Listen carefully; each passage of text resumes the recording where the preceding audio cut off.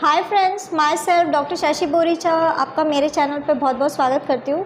आज मैं आपको एक कंडीशन एक्सप्लेन करूँगी जिसका नाम है आई फ्लोटर्स। मैं आपको बताऊँगी कि ये क्या होता है, इसमें क्या क्या सिम्टम आते हैं, इसके कॉज क्या है और साथ ही साथ कुछ होम्योपैथिक मेडिसिन जो आप इस कंडीशन के लिए यूज़ कर सकते हैं। लेकिन उससे पहले आप प्लीज़ मेरे चैनल को सब्सक्राइब कर लीजिए और जो बेल आइकन है उसे प्रेस कर लीजिए ताकि आपको मेरे आने वाली वीडियोज़ का नोटिफिकेशन मिलता रहे। तो चलिए स्टार्ट करते हैं। सबसे पहले आखिर आई फ्लोटर्स क्या होता है। तो आई फ्लोटर्स का मतलब है कि जब भी आपके विजन में आपको कुछ स्पॉट्स दिखाई दे, ये स्पॉट्स आपको ब्लैक या फिर ग्रे कलर के हो सकते हैं, ये स्ट्रिंग्स में हो सकते हैं या फिर कॉब वेब्स की तरह आपको दिख सकते हैं। जब भी आप अपनी आइज़ को मूव करते हैं तब ये वेब्स भी मूव करने लग जाते हैं और ये स्पॉट्स भी आपके आइज़ के मूवमेंट के हिसाब से ही मूव करते हैं। ज़्यादातर केसेस में आई फ्लोटर्स होने का मेन रीज़न यही है कि अगर आपकी आइज़ में कोई एज रिलेटेड चेंजेस हो रहे हैं तो आपको आई फ्लोटर्स ज़्यादा दिखने लग जाते हैं। आई फ्लोटर्स आपको लाइट बैकग्राउंड में ज़्यादा दिखेगा, जैसे कि वाइट या फिर स्काई ब्लू कलर में आपको ये फ्लोटर्स ज़्यादा विजिबल होते हैं। अब मैं आपको इसके सिम्टम बता देती हूँ कि अगर किसी पर्सन को आई फ्लोटर्स हो रहा है तो उसमें आपको क्या क्या सिम्टम्स दिखाई देंगे। तो फर्स्ट इंपॉर्टेंट सिम्टम यही है कि पर्सन को स्मॉल शेप के स्पॉट्स दिखाई देने लग जाते हैं विजन में। ये डार्क कलर के हो सकते हैं, ये ट्रांसपेरेंट स्ट्रिंग जैसे आपको दिखाई देते हैं और ये फ्लोट कर रहे होते हैं। ये जो स्पॉट्स है ये तब मूव करते हैं जब आपकी आइज़ का मूवमेंट होता है और जब आप इसको बहुत ही गौर से देखने लग जाते हैं तो ये आपके लाइन ऑफ विजन से गायब हो जाते हैं। आइज़ फ्लोटर ज़्यादातर आपको लाइट बैकग्राउंड में दिखाई देगा, जैसे कि अगर आप वाइट वॉल में देखेंगे तो आपको दिखाई देगा। इसके अलावा अगर आप स्काई में देखेंगे तब भी आपको फ्लोटर्स दिखाई देते हैं।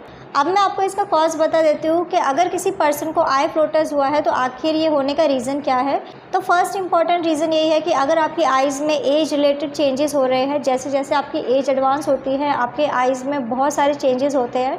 तो बढ़ती एज की वजह से अगर किसी पर्सन को आइज़ में इश्यूज़ हो रहे हैं तो ऐसे पर्सन को आई फ्लोटर्स दिखने लग जाते हैं। इसके अलावा इन्फ्लामेशन एक बहुत ही इंपॉर्टेंट कॉज है। अगर आपको आइज़ में कोई इन्फ्लामेशन हुई थी, कोई इन्फेक्शन के बाद अगर कोई इन्फ्लामेशन हो रही है तब आपको ये कंडीशन हो सकती है। कई सारी ऑटो इम्यून बीमारियों में भी ऐसा देखा जाता है कि पर्सन को आइज़ में फ्लोटर्स दिखने लग जाते हैं।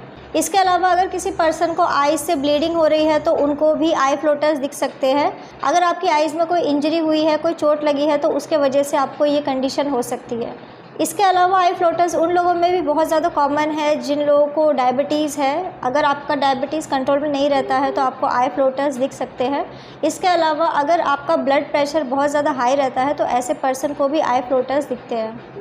इसके अलावा अगर किसी पर्सन के रेटिना में इशू है, अगर किसी पर्सन का रेटिना टॉर्न हो चुका है तो ऐसे पर्सन को भी ये कंडीशन हो सकती है। रेटिना के टेयरिंग के बाद भी पर्सन को आई फ्लोटर्स दिख सकते हैं। आई फ्लोटर्स होने का और एक बहुत ही इंपॉर्टेंट रीज़न है, अगर आपने आइज़ में कोई सर्जरी कराई है, जैसे कि लेज़र हो गया या फिर आपकी कोई आई मेडिकेशन चल रही है तो उसके वजह से भी आपको आई फ्लोटर्स दिख सकते हैं। अब मैं आपको इसके रिस्क फैक्टर बता देती हूँ कि आखिर कौन कौन से लोग सबसे ज़्यादा रिस्क में होते हैं जिन्हें ये कंप्लेन हो सकती है। तो एज एक बहुत ही इंपॉर्टेंट रिस्क फैक्टर है। जो लोग 50 से ज़्यादा एज के होते हैं उनको आई फ्लोटर्स दिखने लग जाते हैं, उनके चांसेस हाई होते हैं इस बीमारी के। इसके अलावा अगर किसी पर्सन को आइज़ में इंजरी हुई है या फिर किसी पर्सन ने कैटरेक्ट की सर्जरी कराई थी और उसके बाद उन्हें कोई कॉम्प्लिकेशन हो रहा है तो ऐसे पर्सन को भी आई फ्लोटर्स हो सकते हैं। इसके अलावा डायबिटीज़ एक बहुत ही इंपॉर्टेंट रिस्क फैक्टर है। अगर आप डायबिटिक हैं, आपका डायबिटीज़ कंट्रोल में नहीं रहता है, डायबिटीज़ के कंट्रोल में नहीं रहने की वजह से कई बार पर्सन को कुछ कॉम्प्लिकेशंस होने लग जाती है, तो उस कॉम्प्लिकेशन की वजह से भी पर्सन को आई फ्लोटर्स हो सकता है।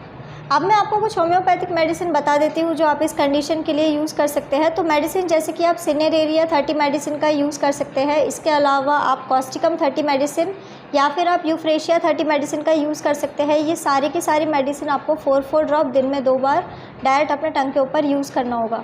सो फ्रेंड्स, ये था आई फ्लोटर्स। मैंने आपको बताया कि ये क्या होता है, इसमें क्या क्या सिम्टम आते हैं, इसके कॉज क्या है और साथ ही साथ कुछ होम्योपैथिक मेडिसिन जो आप इस कंडीशन के लिए यूज़ कर सकते हैं। तो अगर आप किसी भी कंडीशन के लिए मुझसे कंसल्ट करना चाहते हैं तो आप मुझे मेरे व्हाट्सएप नंबर पे मैसेज कर सकते हैं, मैं आपको रिप्लाई करूँगी। तो अगर आपको मेरा ये वीडियो यूज़फुल और इन्फॉर्मेटिव लगा हो तो आप प्लीज़ इसको लाइक कर दीजिए और साथ ही साथ आप मेरे चैनल को सब्सक्राइब कर लीजिए और जो बेल आइकन है उसे प्रेस कर लीजिए ताकि आपको मेरे आने वाली वीडियोज़ का नोटिफिकेशन मिलता रहे। तो आज के लिए बस इतना ही। Thank you.